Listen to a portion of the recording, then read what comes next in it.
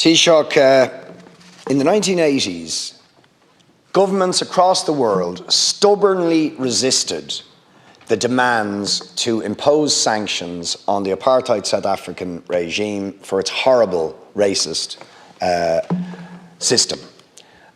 It took people power and the resistance of black people in South Africa to eventually force the world to recognise that apartheid South Africa had no place in the civilised world.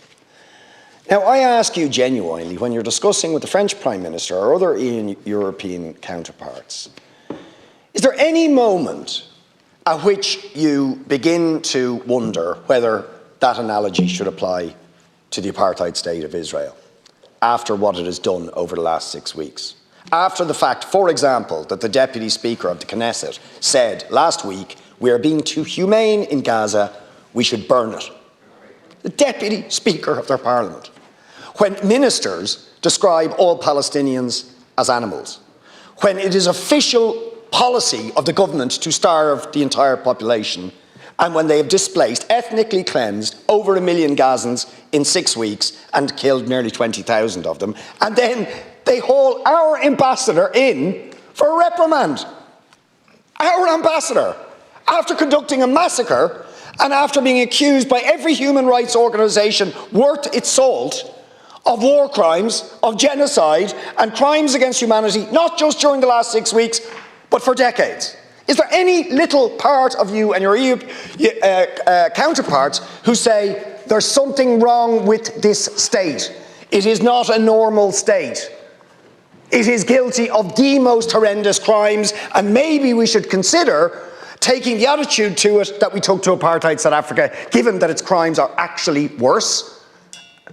Is there any part, I honestly ask you that, because it just beggars belief that they reprimanded us and still our government won't take actions against them for the criminal activities they're engaged in. Just to say, in relation to my conversations with Prime Minister Bourne, it was a few weeks ago. It was before the ceasefire was in place, so our focus was on the ceasefire rather than the medium or long term, and also was, I think, a day or two after she had participated in the anti-Semitism march in Paris.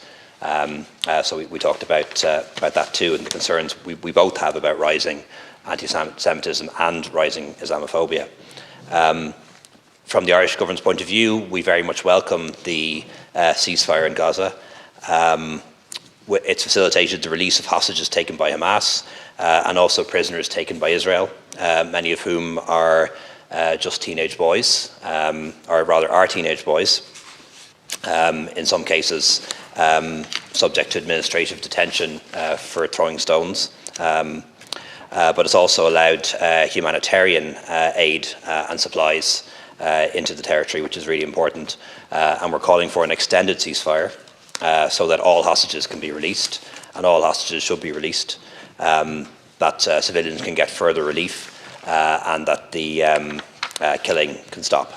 And when we say ceasefire, to be very clear, we mean a ceasefire observed by all sides and all parties to the conflict. Just in relation to EU aid to Palestine, this has trebled, and we've increased our own aid to the occupied Palestinian territories through UNRWA and other bodies, and we're not in favour of any new unnecessary restrictions on aid. We know from the aid that we provide to the area and the EU provides that if there is any evidence of it being somehow misappropriated, that evidence is extremely weak, and I welcome the report on it.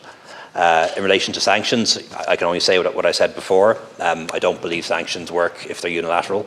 They likely backfire because there would be retaliation, and that's the truth of it. And the whole point of one country imposing sanctions on another is that it should do more harm to the country that you're imposing the sanctions on than to yourself. So I think sanctions can only work if they're done on a multilateral basis, and they only worked with respect to South Africa because they were done on a multilateral basis.